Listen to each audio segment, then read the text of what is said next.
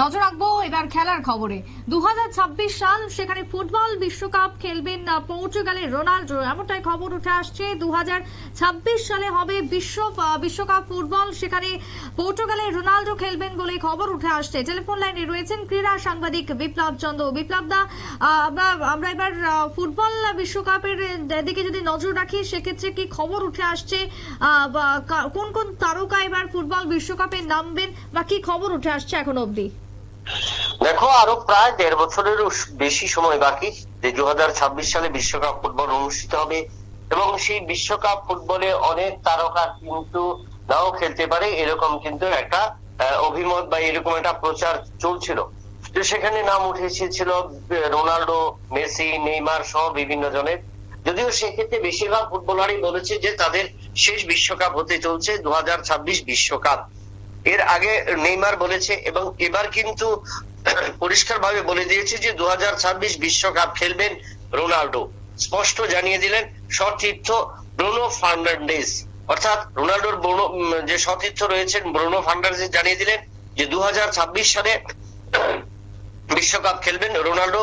বিশ্বকাপ ফুটবল এলে Brazil, Argentina যেমন সবচেয়ে বেশি একটা উন্মাদনা তৈরি হয়, তার পাশাপাশি যে সমস্ত দলগুলোতে সেরা দামি ফুটবলাররা রয়েছেন তাদের মধ্যেও কিন্তু একটা উন্মাদনা শুরু হয়, এবং তাদেরকে বিশেষ করে তাদের উপর গুরুত্ব দিয়ে ওই সমস্ত দলগুলো নিজেদের উপর অনেকটা চাপ তৈরি হয়, বা নিজেদের ফুটবলারদের উন্মাদনা বা ফুটবল উন্মাদনা ওই সমস্ত দেশগুলোতে বৃদ্ধি পায়। এবং মেসি রোনাল্ডোর এই পাশাপাশি বিগত আমরা যদি দেখি, বিগত প্রায় 2 দশক ধরে মেসি এবং রোনাল্ডো এবং পাশাপাশি নেইমার, তাদের যে একটা ত্রয়ী আক্রমণের মাধ্যমে তাদের যে ত্রয়ী যে ফুটবল জীবনটা বা ফুটবলের চক্রটা, সেটা কিন্তু কাজ করে চলছে।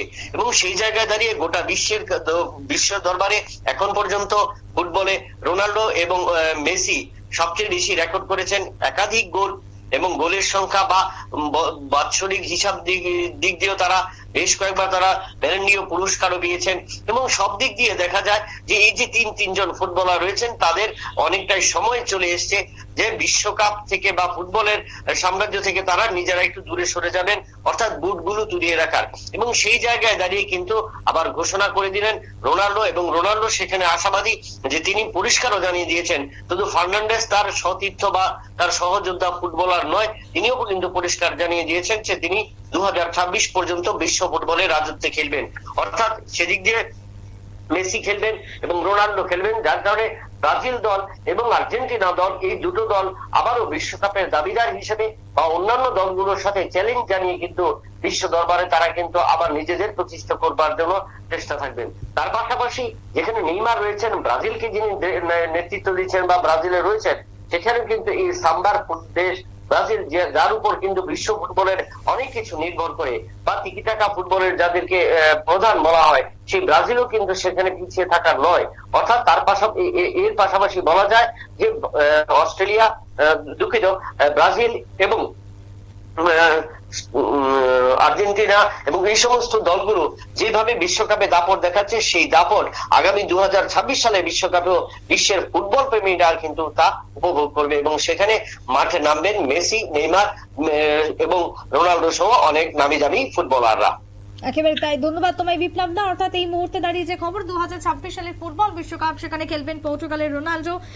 রোনাল্ডোর সতীর্থ ব্রুনো ফার্নান্ডেজের এই ঘোষণা, সেক্ষেত্রে অবাক গোটা ফুটবল বিশ্ব ইতিমধ্যেই। ছোট্ট বিরতির পর ফিরে আসছি, সঙ্গে থাকুন।